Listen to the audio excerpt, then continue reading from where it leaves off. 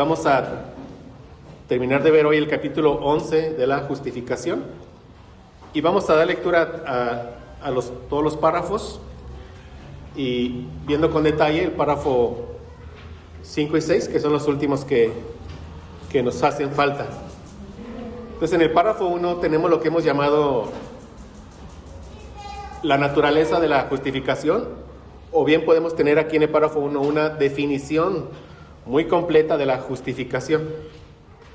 Le doy lectura, dice: a quienes Dios llama eficazmente, también justifica gratuitamente, no infundiéndoles justicia y rectitud, sino perdonándoles sus pecados y considerando y aceptando a sus personas como justas, no por nada que hay en ellos o hecho por ellos, sino solamente por causa de Cristo, no imputándole la fe misma, ni la acción de creer, ni ninguna otra obediencia evangélica como justicia, sino imputándole la obediencia activa de Cristo a toda la ley y su obediencia pasiva en su muerte, por la completa y única justicia de ellos por la fe, la cual tiene no de sí mismos, es un don de Dios. Ahí tenemos una definición muy completa de lo que es la doctrina de la justificación.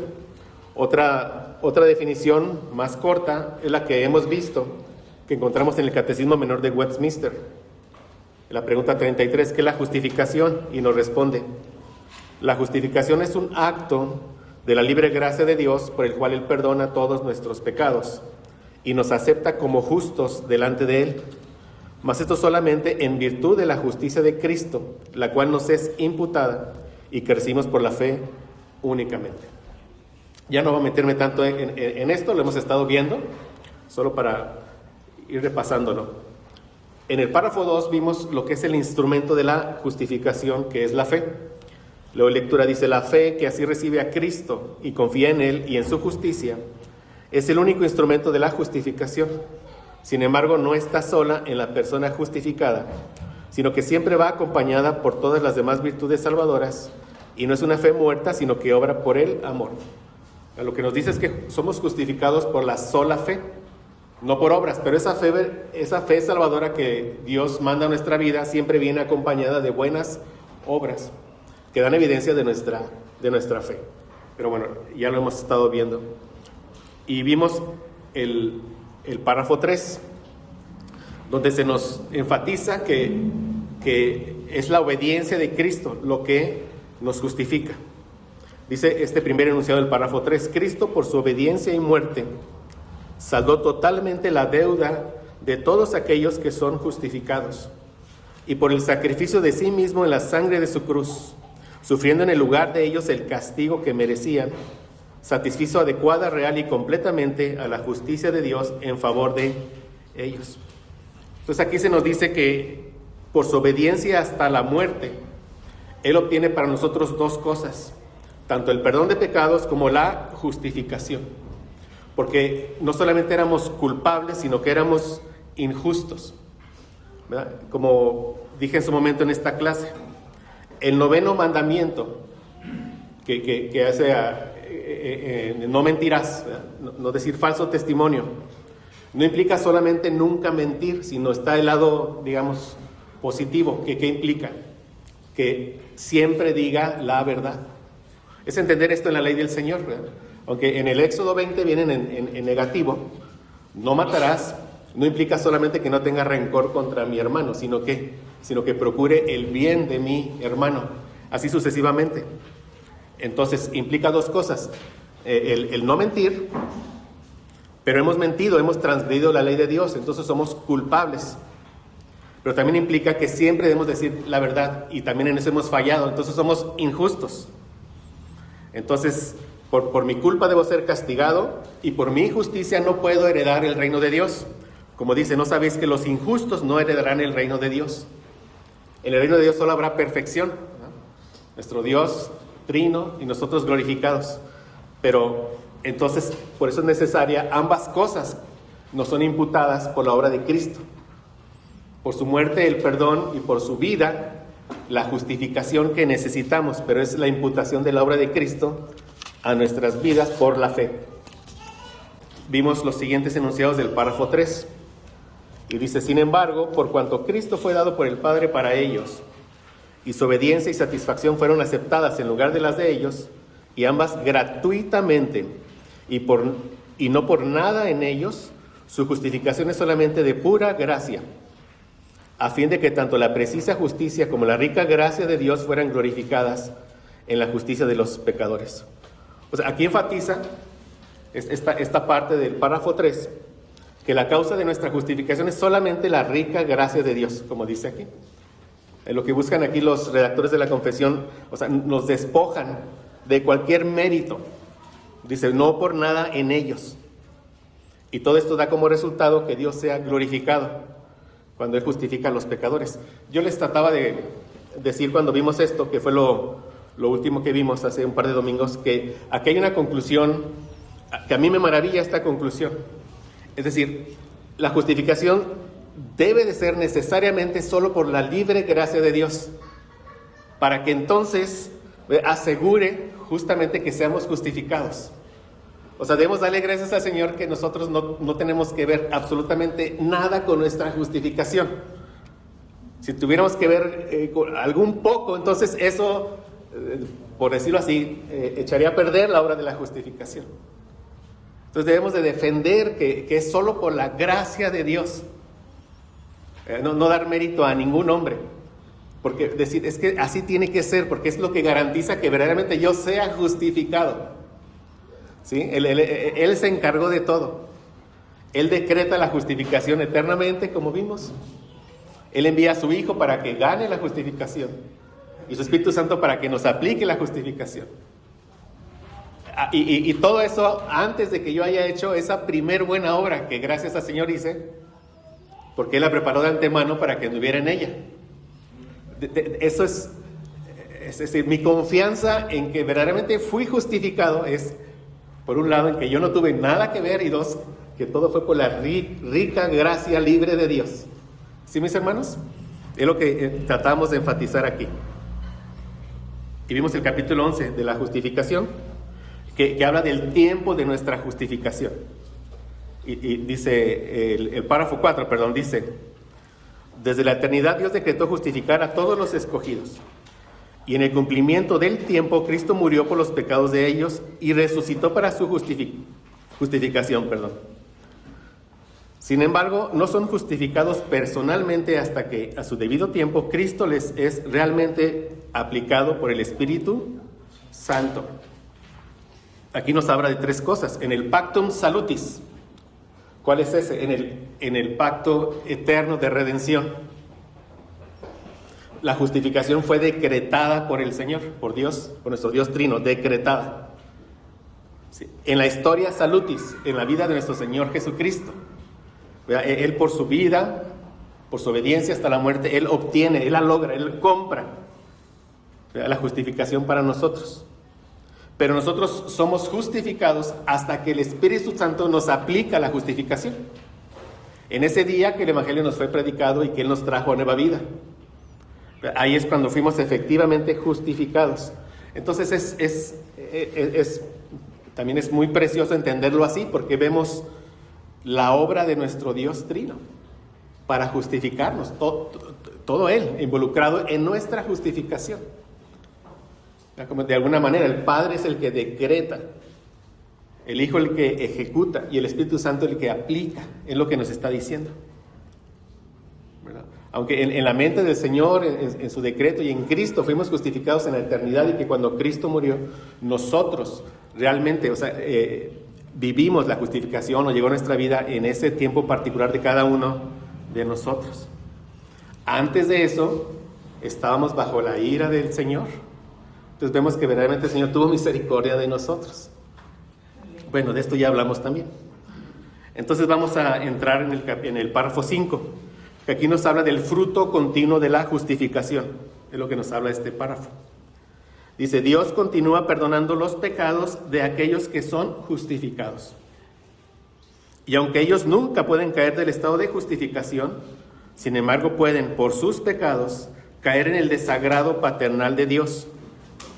Y en esa condición no suelen recibir la restauración de la luz de su rostro hasta que se humillen, confiesen sus pecados, pidan perdón y renueven su fe y arrepentimiento. Un teólogo, ahí puse la nota, dice con respecto a este párrafo que aquí se proporciona una respuesta a la afirmación antinomiana. Sí sabemos antinomiana, sin ley. Aquellos que piensan que por ser salvos ya no es necesario obedecer la ley. Eso es incorrecto.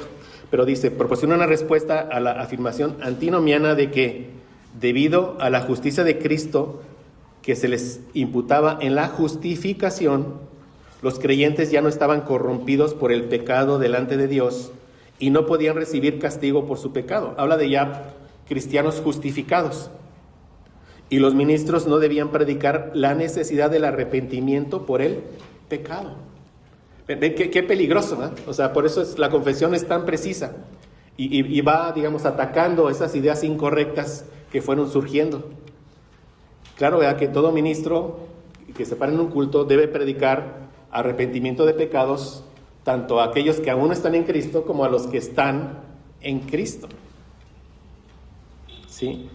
Entonces dice, el resultado práctico de este mal entendimiento fue que algunos antinomianos parecen haber creído que ya no importaba cómo vivía una persona que había sido justificada, pero sí importa. Por eso en el primer enunciado de este párrafo que estamos ahorita leyendo, la confesión nos va a hablar de los pecados posteriores a la justificación. En el segundo enunciado nos va a hablar de la imposibilidad de perder la justificación. Y en el tercer enunciado vamos a ver la responsabilidad, nuestra responsabilidad ante los pecados posteriores a nuestra justificación y la consecuencia de los mismos. Entonces leo de nuevo el primer enunciado. Dios continúa perdonando los pecados de aquellos que son justificados. Aquí la confesión da por sentada dos cosas. Por un lado, da por sentada la realidad de nuestras vidas, de que si bien fuimos justificados, ya no hay condenación sobre nosotros, somos inocentes, pero seguimos cometiendo pecados. Y habla del fruto continuo de la justificación, que es el perdón. Dios continúa perdonando los pecados, o sea, seguimos pecando, pero el fruto de la justificación es que por esa obra de Cristo en la cruz, por esos méritos de Cristo, Él nos sigue perdonando ya en nuestra vida cristiana. Como hemos visto en 1 de Juan 1, del 8 al 10, vemos ambas cosas. Por un lado, si decimos que no tenemos pecado, nos engañamos a nosotros mismos y la verdad no está en nosotros. En nuestra realidad, seguimos de este lado de la gloria, en este presente siglo malo, donde hay pecado, hay muerte, dolor, sufrimiento, y nosotros seguimos pecado. Pero gracias al Señor que por la obra de Cristo en la cruz, por esa obra es que Él nos sigue perdonando. Por eso dice, si confesamos nuestros pecados, Él es fiel y justo para perdonar nuestros pecados y limpiarnos de toda maldad. De nuevo, si decimos que no hemos pecado, le hacemos a Él mentiroso y su palabra no está en nosotros. Pero entendamos algo, ¿verdad? Todos nuestros pecados, todos ellos, pasados, presentes y futuros, han sido perdonados. Todos ellos. Ya somos libres de culpa y somos libres de condenación. ¿Sí? Eso es claro. Pero eso no significa que mis pecados posteriores a la justificación los debo de considerar como meros errores o los debo de minimizar. ¿Sí, mis hermanos? O sea, vemos en las Escrituras testimonio de creyentes en los que ellos veían su pecado de creyentes como pecado y lo confesaban. No vemos que ellos decían algo así como lo que puse. Sí, estuvo mal, pero Dios ya me perdonó. O sea, no minimizaban su pecado. Lo que nos anima es a nosotros no hacer eso tampoco, no minimizar nuestro pecado. El pecado sigue siendo aborrecible a Dios antes y después. Una ofensa grave a Dios y a mi hermano. Gracias al Señor, ya no hay condenación, pero seguimos haciendo daño. Eso es lo que tenemos que entender. Por ejemplo, aquí vemos las consecuencias del pecado en la confesión de un creyente en el Salmo 32. Mientras callé, se envejecieron mis huesos en mi gemir todo el día. Son consecuencias del pecado en un creyente. Porque de día y de noche se agravó sobre mí tu mano. Se volvió mi verdor en sequedades de verano. Y eso nos pasa, hermanos. Hasta físicamente, cuando estamos ahí, sabemos que estamos en ese pecado y no queremos salir. No hemos corrido a Jesucristo otra vez para pedir su perdón. Se nos van las fuerzas. Estamos desanimados, lo que describe aquí. Pero dice, mi pecado te declaré y no encubrí mi iniquidad. Dije, confesaré mis transgresiones a Jehová. Y tú perdonaste la maldad de mi pecado. La maldad de mi pecado. Este es un creyente. Otro ejemplo, ¿verdad? Donde mismo David, en el Salmo 51 del 1 al 3, después de que comete adulterio y varias cosas y comete asesinato del esposo de Betsabé, ten piedad de mí, oh Dios, conforme a tu misericordia, conforme a la multitud de tus piedades, borra mis rebeliones. Lávame más y más de mi maldad, límpiame de mi pecado, porque yo reconozco mis rebeliones y mi pecado está siempre delante de mí. De nuevo, esta es la confesión de un creyente, experimentando verdadero dolor por su pecado, entendiendo su ofensa grave contra Dios y contra su prójimo. Entonces, él confiesa su pecado, admite que es responsable por su pecado, no lo minimiza.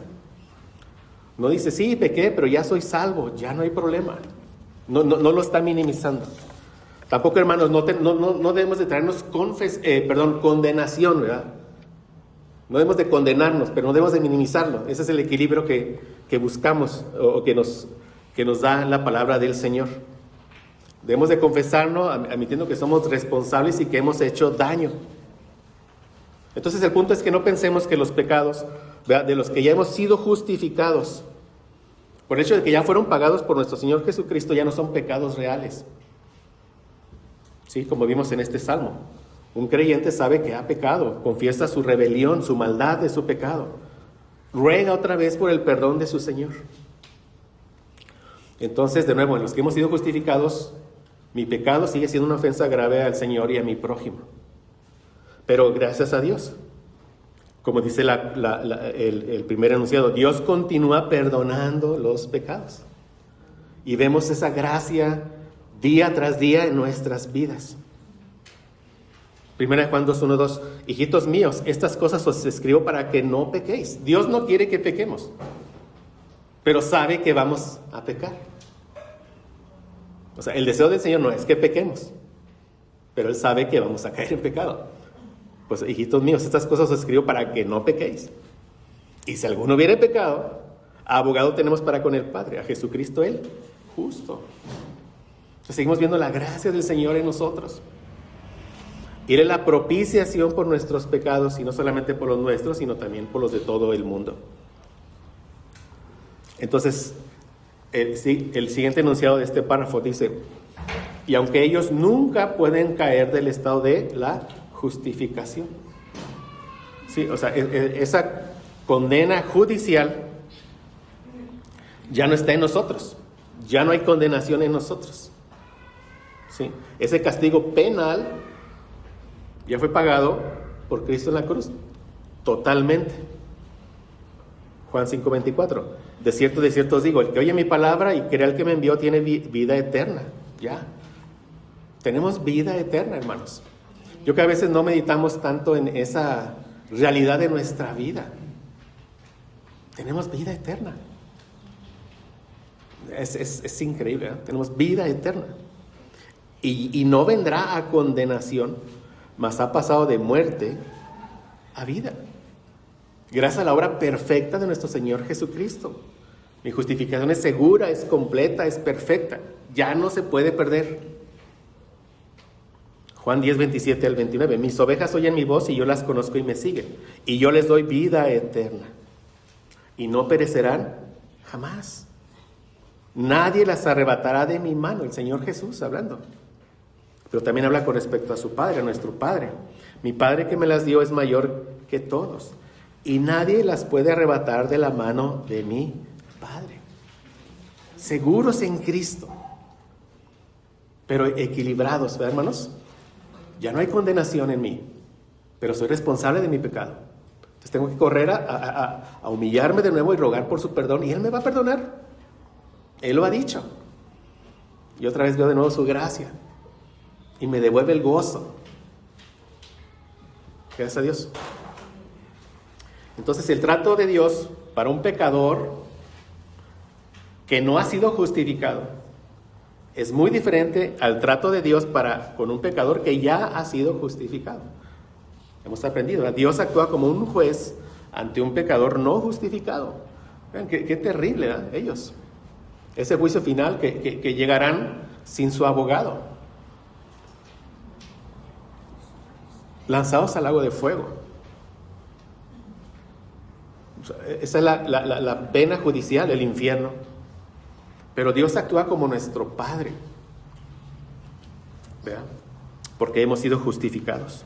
Y sí, Él nos va a castigar, nos va a disciplinar, pero no busca destruirnos, busca corregirnos. Es en amor su disciplina para con nosotros. Entonces Dios, al que ha sido justificado cuando peca, lo disciplina, lo corrige para su bien, para que se aleje del pecado y regrese a la comunión con Dios.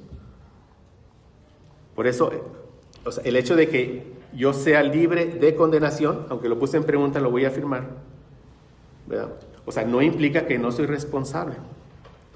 No implica que no tengo consecuencias.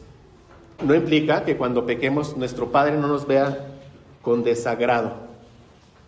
Y eso es lo que habla el siguiente enunciado del párrafo 5, de la consecuencia y la responsabilidad de nuestros pecados posteriores a la justificación. Ya aclaró, la justificación no la puedo perder. Sin embargo, pueden, por sus pecados, los cristianos, los que han sido justificados, caer en el desagrado paternal de Dios. Y en esa condición no suelen recibir la restauración de la luz de su rostro. Entonces aquí encontramos una advertencia para nosotros. O sea, nuestro pecado realmente tiene consecuencias. No tenemos que tomarlo a la ligera. Y vemos ese ejemplo de caer en el desagrado de Dios también en creyentes. ¿Qué pasó con Moisés? Dice, también contra mí se airó Jehová por vosotros, dice Moisés, y me dijo, tampoco tú entrarás allá, refiriéndose a dónde, a la tierra prometida. Cayó en el desagrado del Padre, hubo una consecuencia. Cuando vemos la historia de David, después de que fue perdonado, confrontado por el profeta Natán, Dios le da el arrepentimiento, lo perdona, pero vemos una serie de consecuencias terribles de ahí en la vida de David. Por eso dice, segundo libro de Samuel, 11:27, y pasado el luto envió David y la trajo a su casa, a Betsabé, y fue ella su mujer, y le dio a luz un hijo. Mas esto que David había hecho, ¿qué dice? Fue desagradable ante los ojos de Jehová. O sea, hay un desagrado paternal para con sus hijos. Y en ese desagrado hay algo. Dios esconde de nosotros la luz de su rostro, como nos dice la confesión. Sin embargo, pueden por sus pecados caer en el desagrado paternal de Dios y en esa condición no suelen recibir la restauración de la luz de su rostro. O sea, no queremos que eso nos pase, pero nos va a pasar cuando estamos en esos momentos en que no buscamos el arrepentimiento. Entonces, mi hermano, si tú te has sentido ya como cristiano alguna vez frío, cuando lee la Escritura y se te dificulta entenderla, cuando se te dificulta orar, cuando no sientes la presencia del Señor, entonces muy seguramente es que Él, por causa de tu pecado, está escondiendo su rostro de ti. ¿Sí? Yo creo que así nos hemos sentido todos, hermanos, porque esa es la vida del creyente. Momentos de sequedad espiritual, de enfriamiento, ¿no? De pesadez, de venir al culto. Entonces hay que examinarnos. Muy seguramente hay un pecado que necesitamos confesar y arrepentirnos. Entonces, de nuevo, si bien Dios esconde su rostro de nosotros, no nos quita la salvación. No, o sea, lo que ya vimos. O sea, tampoco implica que en ese momento nos aborrezca o nos odie. No, Él nos ama con amor eterno, independientemente de lo que hagamos. Si mostró su amor para con nosotros siendo aún pecadores o ya justificados, Él nos sigue amando plenamente, independientemente de cómo nos sintamos y lo que hagamos. Él nos sigue amando, pero nos está aplicando una disciplina al esconder la luz de su rostro de nosotros. Por poner un ejemplo, hermanos, aunque los ejemplos siempre se quedan cortos, pero es como si un padre va a un centro comercial y el hijo ahí está todo desobediente.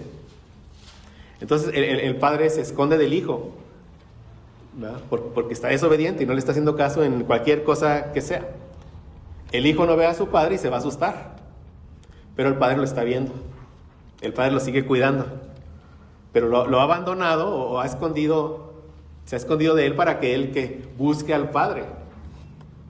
Y cuando lo encuentra, que le diga, ¿ves, hijo? O sea, no te alejes de mí, y le pida perdón y esté con el padre. Bueno, perdón por el ejemplo tan sencillo, pero nuestro Padre Celestial esconde la luz de su rostro cuando estamos en pecado, no como juicio, no como condenación, como una disciplina para que corramos otra vez con Él. Y arrepentido le pidamos de nuevo perdón. Hebreos 12, del 4 al 8. Lo voy a leer aquí de la segunda mitad del verso 5. Hijo mío, no menosprecies la disciplina del Señor, ni desmayes cuando eres reprendido por Él. Porque el Señor al que ama, disciplina. Azota a todo el que recibe por hijo. Si soportáis la disciplina, Dios os trata como a hijos, porque ¿qué hijo es aquel a quien el Padre no disciplina? Pero si se os deja sin disciplina, de la cual todos han sido participantes, entonces sois bastardos y no hijos. Entonces, cuando un cristiano se endurece y se vuelve indiferente a su pecado, cuando lo trata a la ligera, él mismo se priva, el cristiano mismo se priva de la luz del rostro de su Padre. Eso trae consecuencias. Hay una pérdida del gozo, sí, hay desánimo. Por eso el salmista clama, vuélveme el gozo de mi salvación. Ha perdido el gozo, porque él estaba en pecado. Y espíritu noble me sustente. Y vemos aquí en 1 Corintios 11, 30 al 32, un retrato de lo que es estar bajo el desagrado paternal, de lo que es perder de vista la luz del rostro de nuestro Padre. Dice, por lo cual hay muchos enfermos y debilitados entre vosotros, y muchos duermen. Pero hay muchos duermen. Una palabra usada para un cristiano que ha muerto, pero está en Cristo dormido. Muchos duermen. Si pues nos examinásemos a nosotros mismos, no seríamos juzgados. Mas siendo juzgados, somos castigados por el Señor para que no seamos condenados con el mundo. Pero hay muchos enfermos, debilitados, y muchos han muerto. Pero la solución la confesión, nos da la solución para cuando estemos en ese estado. Voy a leer de nuevo todo el enunciado 3. Sin embargo, pueden por sus pecados caer en el desagrado paternal de Dios, y en esa condición no suelen recibir la restauración de la luz de su rostro hasta que se humillen, confiesen sus pecados, pidan perdón y renueven su fe y arrepentimiento. Por eso es el fruto continuo de la justificación. Él continúa perdonándonos. Su gracia sigue disponible para nosotros. Pero tenemos que humillarnos, rogarle que nos dé de su gracia, que nos perdone otra vez, que nos devuelva el gozo.